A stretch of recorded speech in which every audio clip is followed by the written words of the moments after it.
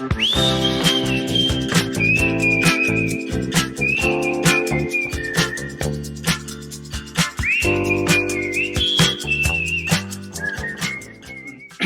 going to begin with an epigraph, and in honor of our Spanish-speaking friends, I'm going to try to butcher some Spanish because this is a quote by Gabriel Garcia Marquez, and then I'll do the translation.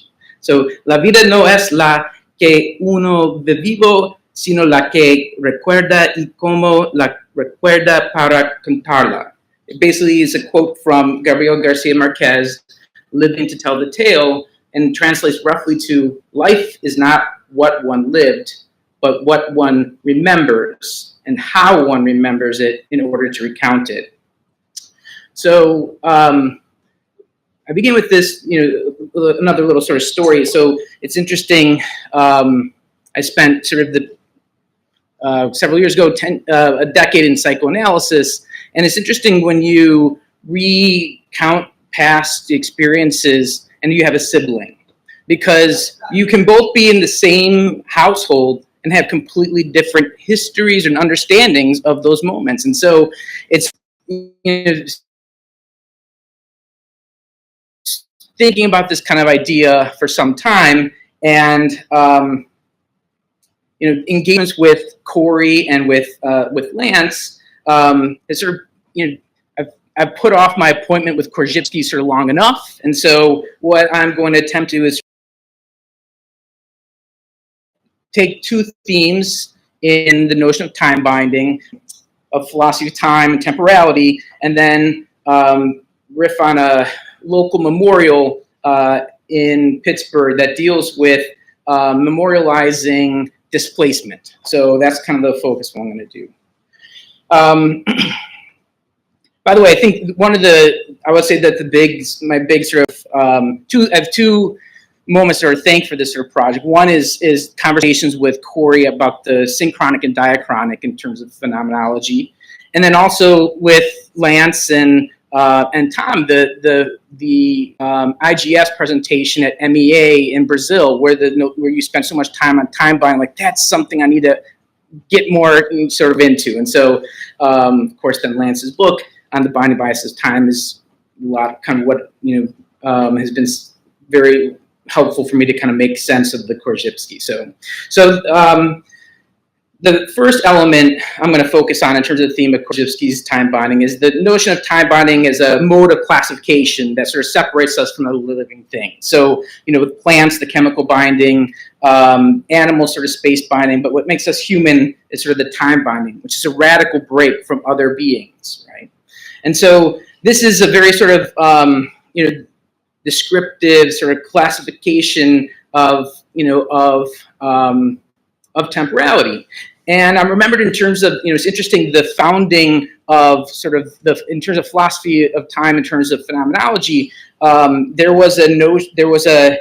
of the first people to bring phenomenology to France were historians. So Raymond Aron and Pierre Nora, one studied with Husserl, one with Heidegger later, and they were interested in understanding history against some of the quantification and scientificization of history that was going on at that time. To find the true or perfect sort of history was the task.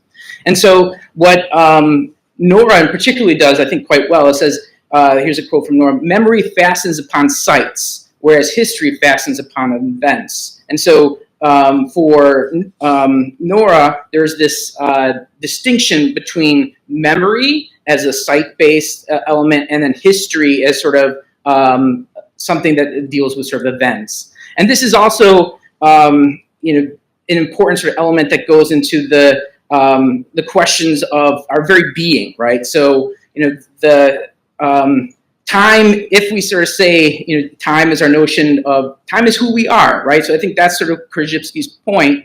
That's also, I think when Heidegger talks about the Seinsbergenheit, it's about the forgetfulness of being. That's literally what he's sort of describing, right? That to be is, requires a form of amnesia, to paraphrase Plato, right?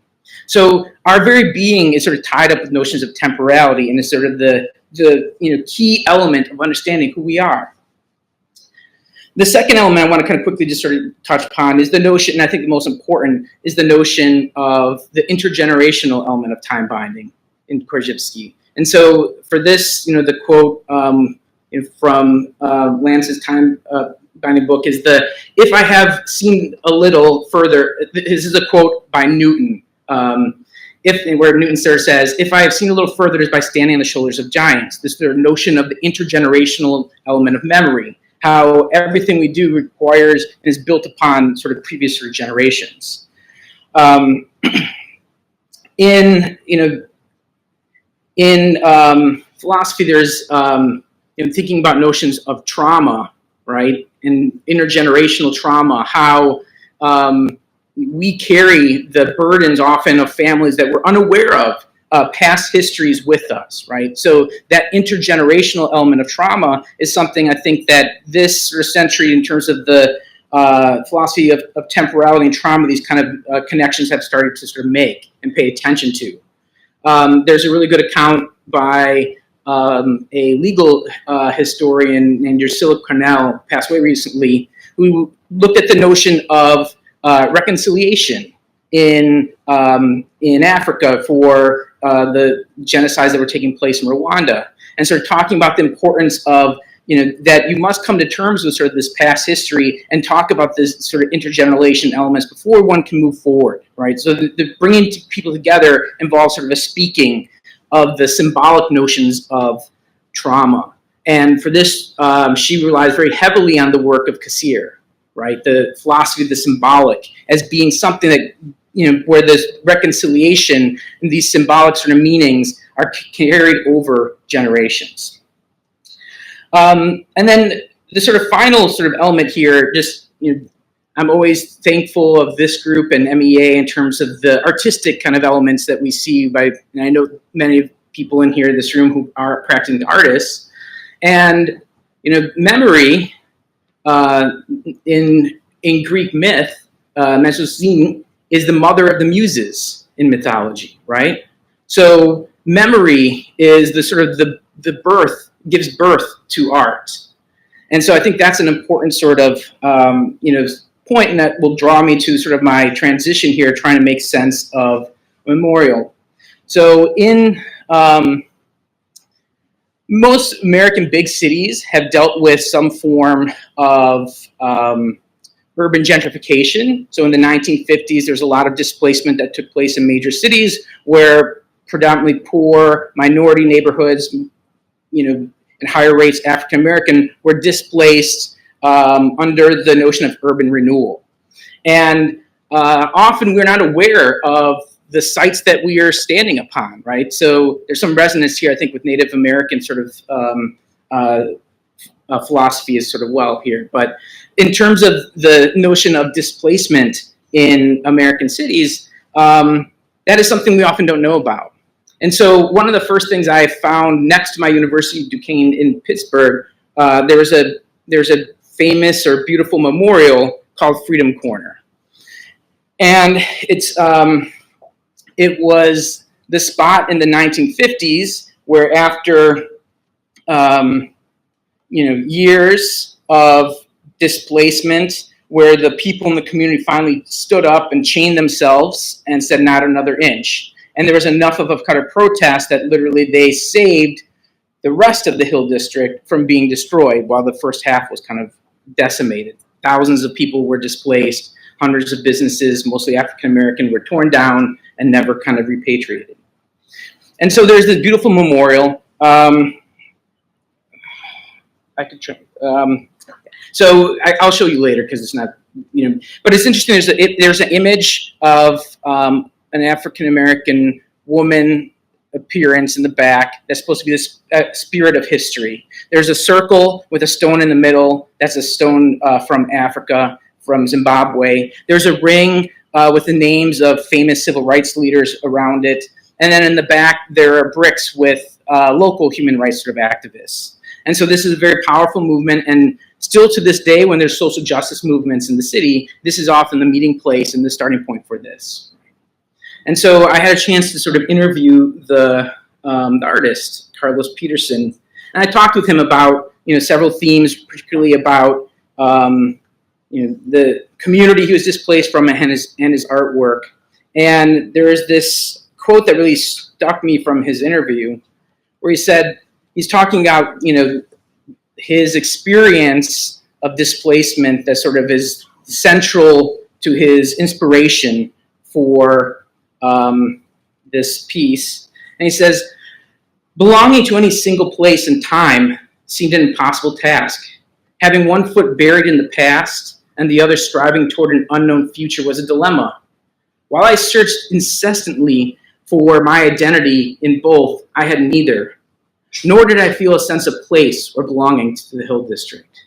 So it's interesting that he was a very young boy when the gentrification was taking place, and he recounts that sort of trauma of displacement.